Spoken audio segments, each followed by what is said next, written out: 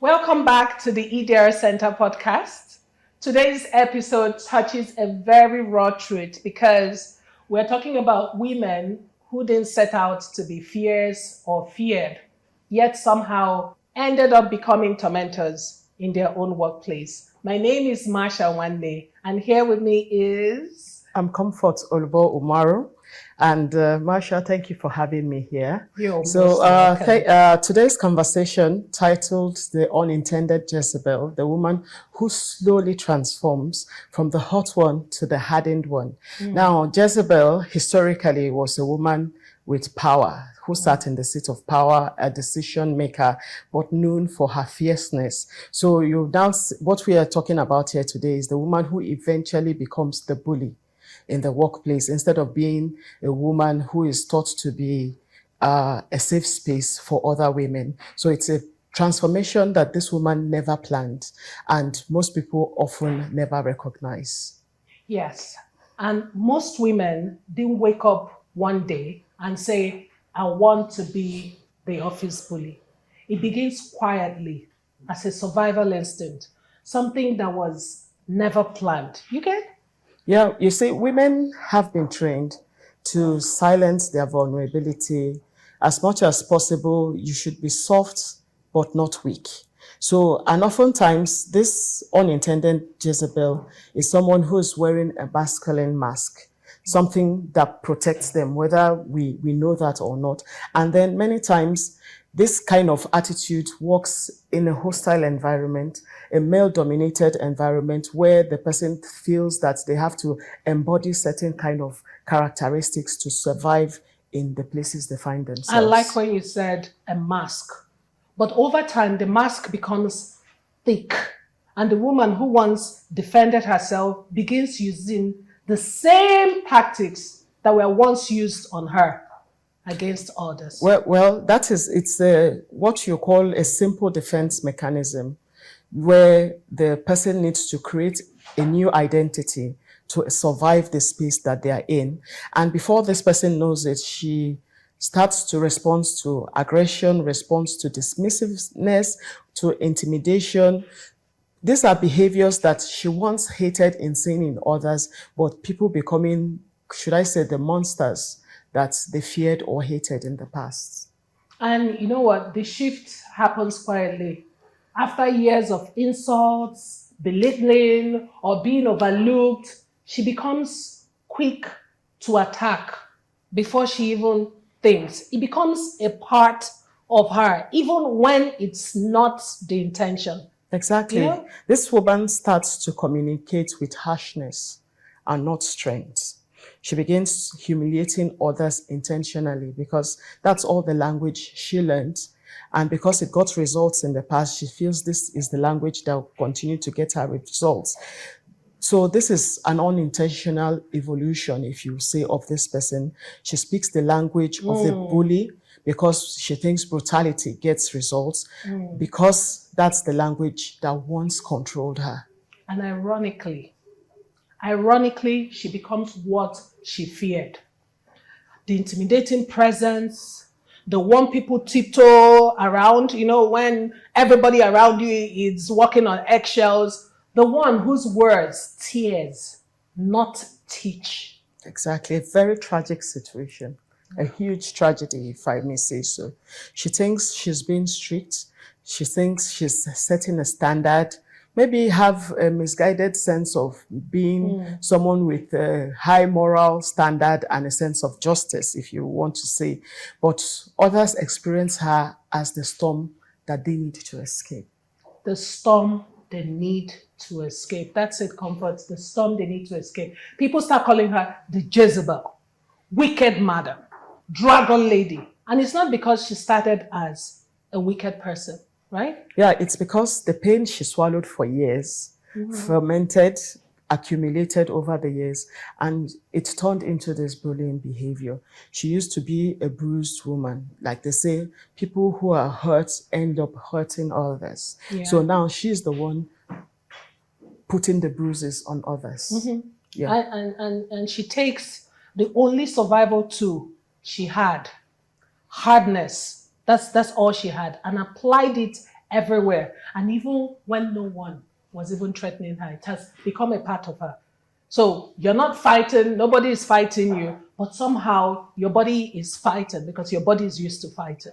And what is really sad is that she doesn't even know that she has become the office villain. True. Right? In her head, she thinks, well, she has done well for herself and evolved into what she saw others were in the past. So she thinks she's being efficient, she thinks she's firm, she thinks she's no nonsense, but in actual fact, she is scary. Very scary.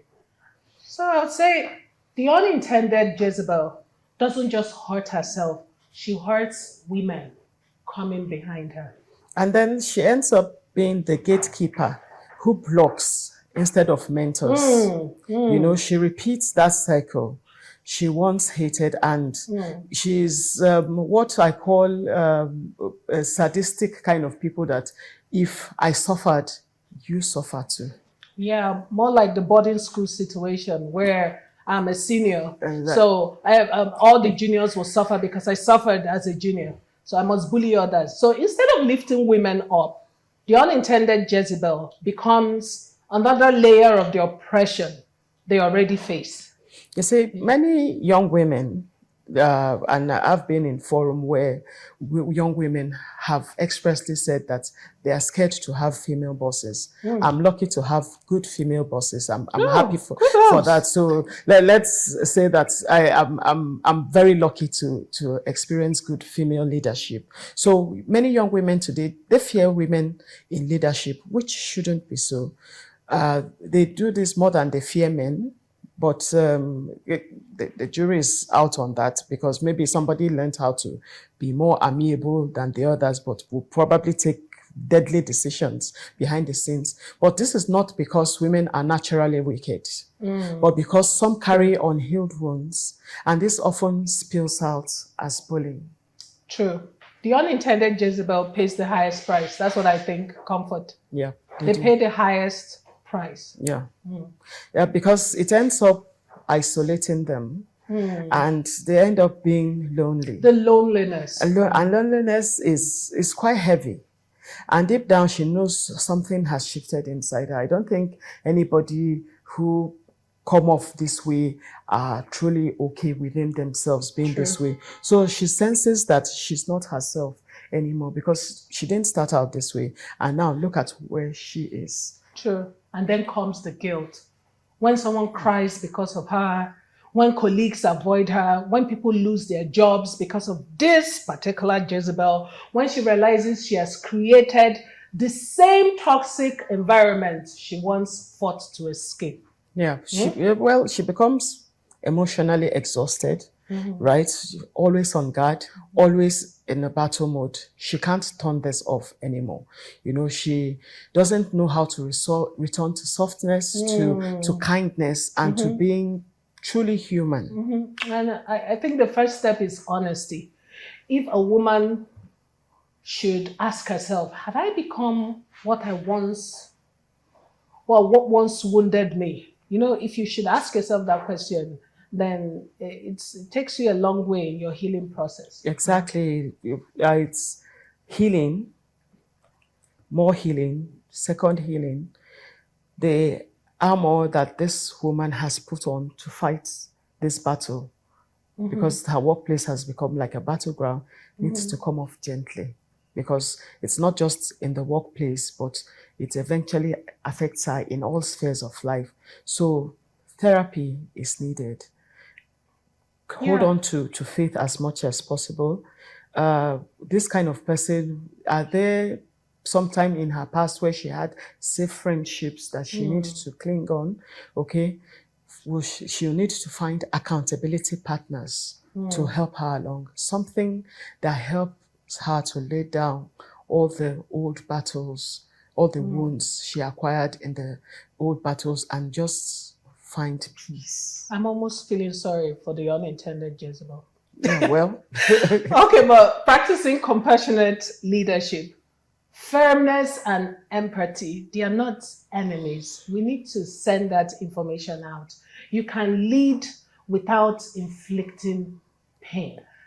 Yes, and as I don't like saying giving advice flatly to women as such, but as humans and us as women, because kind of society expects quite a lot from us, we shouldn't punish each other for wounds caused by the system.